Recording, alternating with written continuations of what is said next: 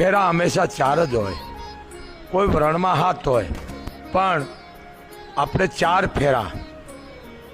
દીકરીના જીવનના 8 ફેરા છે, પુરુષના 16. દીકરીના 4 એના પુરુષ હારે અને 4 શમશાનના, અને પુરુષના 16 ફેરા. જન્મો દીકરો એટલે ઉતાવળીના 4 ફેરા, અને 4 ફેરા પાસે લગ્ન થાય ત્યારે 8, અને 4 ફેરા પછી લગ્ન થયા વાહે પાસે ઉતાવળીએ પોતે જાય. જેને ગેરૈયા પછી એને દંડ કરે, એને પાસે જેને કહે શીખ માગે. 12 અને 4 શમશાનના, પુરુષના 16 ફેરા અને સ્ત્રીના 8. હવે તો સમય પ્રમાણે જેટલા કરતા એને મુબારક છે, પણ આ છે આપણા પાયામાંથી છે. બીજી વાત, લગ્ન ગીતમાં દીકરી ફેરા ફરતી તો એમાં પણ 4 પ્રકારના દાન દેવામાં આવે છે. દીકરીનું દાન, ગાયનું દાન, ભૂમિદાન અને રૂપાનું કે સોનાનું દાન. પણ શ્રેષ્ઠમાં શ્રેષ્ઠ દાન હોય મારી નજરે, કારણ કે હું ચારણ છું, હર ભજવું હકો બોલવું દવનો બાતાવલ ઈ નરને ઉતરેની આઠો પર અમલ, તો અન્નદાન અને વસ્ત્રદાન, આથી મોટું કોઈ મહાન બીજું દાન છે નહીં. એને એક વાત કરું, અન્નનો એટલો બધો ઉપકાર છે, એટલું બધું પુણ્ય છે,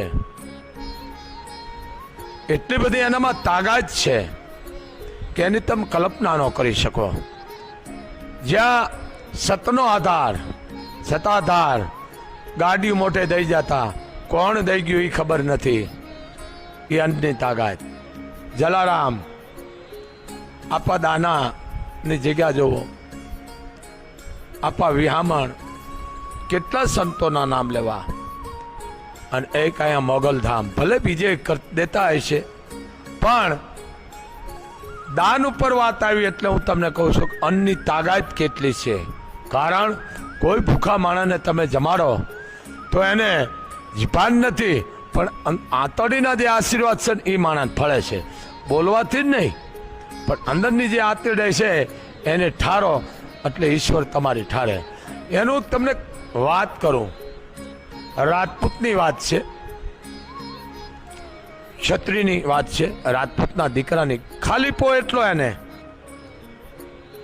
કે એ રાજપૂત ગામનું ગોળ સારતો, ગાયું જેને કહેવાય, ગાયુંની સેવા કરતો. સાંભળજો તમે, આ એટલો પ્રકાર. એ ગાયુંની સેવા કરતો, ત્યાં પણ આવા રોગ આવતા હતા, કોરોના જેવી મહા બીમારીઓ ત્યાં પણ આવતા, એવા દુકાળ પડતા, કડકડિયા. એક માણસને બાળી ના હોત બીજું તૈયાર હોય, પછી બાળવામાં માણસ નવરા ન થતા, પછી એને સમાધિ માંડ્યા દેવા માણસોને. એવા ભયંકર રોગ પડતા હતા, જે ગરડાઓ કહેતા અને અમે કહી છે એમ. આવા દુષ્કાળો પડતા કે માણસ ટપોટપ મરવા માંડતા હતા. પણ ત્યારે રાજપૂતનો દીકરો 18-19 વર્ષની ઉંમર, ગરીબાએ આંટો લઈ ગયેલી, ખાલીપો, અને ગામની ગાયું સારતો. ગાયું સારે એટલે હાથમાં એ લાકડી નો રાખતો, એના હાથમાં લાકડી નો રાખતો રાજપૂતનો દીકરો. લાકડી અને ગેડીમાં ઘણો ફરક છે. ગેડી અને લાકડી ઘણો ફરક. ગેડી આપણે ટેકો દેવામાં આવે, ગેડી રાખતો, અને ખંભીએ ખાલી ખેસિયું રાખતો પોતે. ગાને વાળવી હોય તો ખેસિયાથી વાળતો, બધી ગેડી એને ટપોર ન કરે. ગમે એવી ગા હોય એ હાલતો થાય, વાંહે હો ગાયું હોય કે 150 ગાયું ગામની હાલતી થઈ જાય. એ રાજપૂતની વાત છે. આ અન્નની કેટલી તાકાત છે એના ઉપર હું વાત કરું છું. પણ તમને પહેલા મેં કીધું ને કે હર ભજવું હક બોલવું દોનો બાતા વલ, એ નન્ને ઉતરે નહીં તો આઠો પર અમલ. અમલ જેવી વસ્તુ છે, સત્ય છે ને, એનો બહુ તાકાત છે, એને નશો કોઈ ઉતરતો નથી. કારણ કે જેના જીવનમાં કાંટા લાગ્યો એને ખબર હોય કાંટો કાંટાથી નીકળે. એમ રાજપૂતનો દીકરો ખાલીપો આંટો લઈ ગયેલો, મા બાપ એના વૃદ્ધ, અને એક જ દીકરો ઘરેથી નીરે ભાતું બાંધી. પહેલા ભાતું કહેતા, એક રોટલો બાજરાનો જારનો હોય, ઢીબી, રાતી જાયરું ઢીબી, અને ડુંગળીનો દડો હોય, એ ખંભે ટીંગાડેલો હોય, અને હાલતો થઈ જાય, પાણી આર્યો હોય. પહેલાં સડસી આવતી, સાંભળાની સડસી આવતી. હવે તો આ બધા નવા મના થવા, સાંભળાની સડસી આવતી. એ પાણી પીવો, ગાયોને ચારવા જાય, સીમાડીની માલકોર વાય હોય, કૂવા એમાં સિંચી અને પાય. પછી ગાયોની બધીને પાય, બધી કોઈ ગા ખુગાતી હોય, પાણી ન પીતી હોય, એકે બીજે ગાયનું હેઠી તેને નોખું પાણી પાય. એ ગાને એની એ રીતની સગવડ કરતી, જમીનમાં આમ ખાડા જેવું કરીને પાણી રેડીને પણ એ ગાને પાય. ગા પાણી પીએ, ગાયું બેહે, પછી પોતે જે હારે હોય ભાતું એને કહેવાય, ભાતું કહેતા. એ ભાત છોડી બધા ગોવાળિયા પછી એકાબીજા વાતું કરતા હોય ને ખાતા હોય ને આનંદ કરતા હોય. એમાં રાજપૂતનો દીકરો 18-19 વર્ષની ઉંમર, 20 વર્ષ 21 વર્ષ થયા, 22 વર્ષ થયા એટલે મા બાપ ને ચિંતા થઈ કે મારો દીકરો તો ગામનું ગોળ સારે છે, મારા દીકરાને કોણ દીકરી દે. એને ટેન્શન લાગ્યું મા બાપને, કારણ કહેવત છે ને કે ઘોડિયામાંથી ઘોડાહર થાય. દીકરો ઓળખી ગયો કે મારા મા બાપ ક્યાંક ચિંતામાં છે. કીધું કે બાપુજી, બાપુજી તમે કેમ ચિંતામાં? કે બેટા ચિંતા એ થાય છે કે અમે તો ગલઢાવ છે બેટા, તારા માટે અમે કાંઈ કરી ન શક્યા, અમે તારા માટે કાંઈ ભેળું ન કર્યું ને તારે આ દિન હોય ગામની ગાયું સારવાના. બેટા અમે તો દુખિયારા, પણ બેટા અમને એ વિચાર થાય છે કે આ કરતાં અમે વાંધિયા રહ્યા હોત તો સારું. તો કેમ માં? કે બેટા અમે તો દુઃખી થયા, પણ અમે તને જન્મ દીધો અને આ તારું દુઃખ અમે નથી જોઈ શકતા. કે હવારનો તું જા, સાંજે અંધારુંથી આવસ. તે દીકરાએ એટલું કીધું મા બાપને કે બાપુજી તમે મને જન્મ દીધો ને એટલે તો આ 33 કરોડ ગાયની હું સેવા કરું છું. તમે મને જન્મ દીધો તયું તો ગાયોની હું સેવા કરું છું. અને કોઈ દી આવું ન બોલશો. તમને દુઃખ તમે જોયું છે તો તમે મને જન્મ આપ્યો છે, હું તમારો દીકરો, બેટો બાપ તણો ચીલે ચાલે નહીં, પછી એની જનની કાઉ દણે તો વામું લાગે વેરડા. પણ દીકરો પાછો સંસ્કારના ગુણ હતા, ગરીબાઈ હતી, આટો લઈ ગઈ હતી, પણ એની ખાનદાની રાજપૂતમાં ઠાહીને ભરેલી હતી. પણ દીકરાની માએ એટલું કીધું દીકરાને કે બેટા, દેશી ભાષામાં કે બેટા નેળના ગાડા કોઈ દી નેળમાં રહેતા નથી. બસ માં કે આ તમારા શબ્દ છે ને, હવે કોઈ દી ગાડા નેળમાં નહીં રહે. પણ માં હું તમારું ધાવણ ધાવ્યો છું. માં હું જગત જનનીની સેવા કરું છું, ચારું છું. તો આથી તો માં બીજું મારા માટે કયું પૂર્ણ હોય? મને દીકરી દે ન દે કોઈ રાજપૂતો, પણ તમારી સેવા કરું છું અને ગાયોની સેવા કરું છું. મારો તો માં જન્મ મરણનો ફેરો ટળી ગયો છે. માં તમારા જેવા મને માવતર મળ્યા છે. મા બાપની આંખમાં આહુડા પડી ગયા.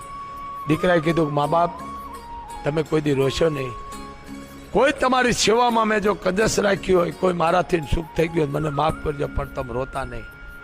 કારણ કે તમારા જેવા મા બાપ હતા તે જ હું આ ગાયોની સેવા કરવા માટે આવ્યો છું. ભલે ગરીબાઈ છે, પણ હું તમારા ઉદરેથી મેં જન્મ લીધો છે, ખોળે તમે મને મોટો કર્યો છે. કોઈ દી રોતા નહીં.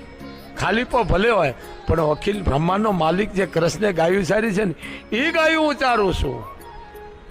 મને ખાલીપો નહીં રહી આવો મને વિશ્વાસ છે. પણ માણે કીધું છે ને બા, સત્ય છે ને એને તાગે બહુ. ઉજળા ડાઘ હોય, તમે ધોળું લુગડું પહેરો તો સાટો ઉડે એમાં દેખાઈ જાય, પણ એ લુગડાને મન તો ઉદળા જ છે. એમ ખાલીપો હોય પણ એના મન મોટા હોય બાપ. એમ દિવસો પસાર થાય છે. ઈશક મુશક ખેર ખુશક ખૂન મધુ પાન આ વસ્તુ ડાબી ડૂબી નથી રહેતી. ખૂન કરેલી વસ્તુ ખબર પડી જાય, ચોરી ખબર પડી જાય, ઉધરસ ખબર પડી જાય, પ્રેમ વસ્તુ ખબર પડી જાય અને નીંદર વસ્તુ ખબર પડી જાય. એક કેફી વસ્તુની ખબર પડી, એમાં ટાઈકું ટૂંકું નથી રહેતું. એમ મા બાપને કીધું તમારો દીકરો ગામની ગાયું સારે છે ને કોણ દીકરાને દેશે. તે મા બાપે કીધું કે મારો દીકરો દેવી હોય તો દીકરી દેને કર કાંઈ નહીં, પણ જગત જનનીની તો સેવા કરે છે ને. તો મારો દીકરાનો આ અવતાર તો નહીં, આવતા અવતારમાં કોઈ સારી જગ્યાએ અવતાર મળશે. આ અવતારમાં જે મારો દીકરો સેવા કરે છે એ તો જગત જનનીની સેવા કરી રહ્યો છે. રાષ્ટ્રની માં નથી ગાવો, દાસ અને વિશ્વની માં છે, જગત જનની છે, એની સેવા કરે છે કે કાંઈ વાંધો નહીં. ભગવાને એનું પારખું લીધું, કારણ કે સત્સંગ એને પારખું લે. બા તમે માટલું લેવા જાઓ ને દીકરા, તો માટલું તમે ટકોર મારો છે કે આ બોધું તો નથી, નકર પાણી જમશે. અને પાણી જમે ને એ જ કોકના પેટ ઠારે, જમે નહીં ને કોકના પેટ બાળે. જે માટલું જમે એ એટલું માટલું ઠંડુ થાય, એ પીવાથી ઠંડક વળે, કોકની આતડી ઠરે. અને જે માટલું જમે નહીં ને એ પાણી ન પીવાય. ત્યાં સમજી જાય છે માણસ, એ સમાજમાં થયેલો છે આ શબ્દ મારો. જે જમે ને એ જ કોકને કાંઈક આપે ને એ જ ક્યાંક મેળવે, અને એની જ નામ સારી. એમાં એક ભાઈબંધ એનો ગાયું જંગલમાં સારવા જાય, વગડામાં સીમાડામાં. પછી બે ભાઈબંધ ભેળા થયા. એક ભાઈબંધ એટલે રાજપૂતને એમ થયું કે આ હામા ગામનો છે. રાજપૂતે એને કાંઈ પૂછ્યું નહીં, તું ક્યાં ગામનો છું? એને એમ કે આ ભાઈબંધ. ભાઈબંધ કેને કહેવાય બાપ? સમજી લેજો, તાળિયા થુકાળિયા નહીં. ભાઈબંધ એવા મળવા જોઈએ બાપ, જેમ બંદૂક છે, જેમ બંધ વળી જાય છે, એમ ભાઈબંધની ભાઈબંધી બંધ વળી જાય. સમજ્યા? કે દુઃખમાં આગળ રહે અને સુખમાં પીછે રહે, આને ભાઈબંધ કહેવાય. બાકી તાળી મિત્ર